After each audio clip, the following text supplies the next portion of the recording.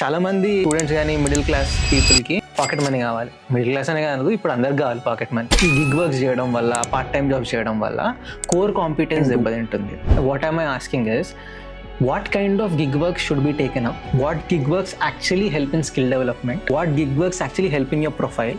And what kind of part-time jobs or gig work should be avoided?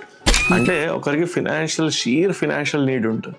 క్యాటరింగ్కి పోయినా కానీ, లేకపోతే పలానా పేపర్ వేసినా కానీ, మల్లారెడ్డిలాగా పాలమ్మినా పూలమ్మినా ఏం చేసినా కానీ నీ పర్పస్ అక్కడ ఏంది అంటే ఫినాన్షియల్ గా ఉండాలి కనుక కొన్ని పర్పస్ లో వర్క్ ఎక్స్పోజర్ రావడానికి కోసం నువ్వు గిగ్ వర్క్స్ చేస్తావు, where your networking is happening.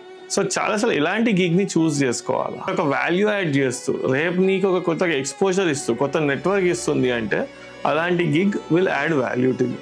Number 2, ఎప్పుడైతే నువ్వు ఒక ఫుల్ టైమ్ జాబ్ ఒక ఐటీలో చేస్తూ you want to come out as a artist, want to be a film maker or some other, నేను రేపు ఐస్ క్రీమ్ బ్రాండ్ ఒకటి లాంచ్ చేద్దాం అనుకుంటున్నా అంటే ఒక వేరే వాళ్ళ ఐస్ క్రీమ్ ఫ్యాక్టరీలో పాలు ఎట్లా తీసుకొస్తారు, ప్రొక్యూర్మెంట్ ఎట్లా అవుతుంది, ఆ బిజినెస్ అంతా అర్థమవుతుంది కదా. ఈ వెండర్లు ఎవరు, ఆ నాలెడ్జ్ అంతా వస్తుంది అక్కడ.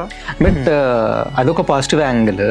నెగిటివ్ ఆస్పెక్ట్లో చూసుకుంటే ఇది అలవాటు అయిపోయి ఈ గిగ్ వర్క్స్ చేయడము లేదా పార్ట్ టైంలు చేయడం, మీడియాకర్ మనీ కూడా రావడం అలవాటు అయిపోయి లార్జర్ పర్పస్ వదులుకున్న వాళ్ళు కూడా ఉన్నారు. ఇది వెరీ సబ్జెక్టివ్ థింగ్ బేసిక్గా. ఇప్పుడు పాయింట్ ఏంది, నేను రెంట్ కట్టడానికి నేను ర్యాపిడో నడుపుతున్నా అన్నాను అనుకో, రెంట్ వరకే కట్టు.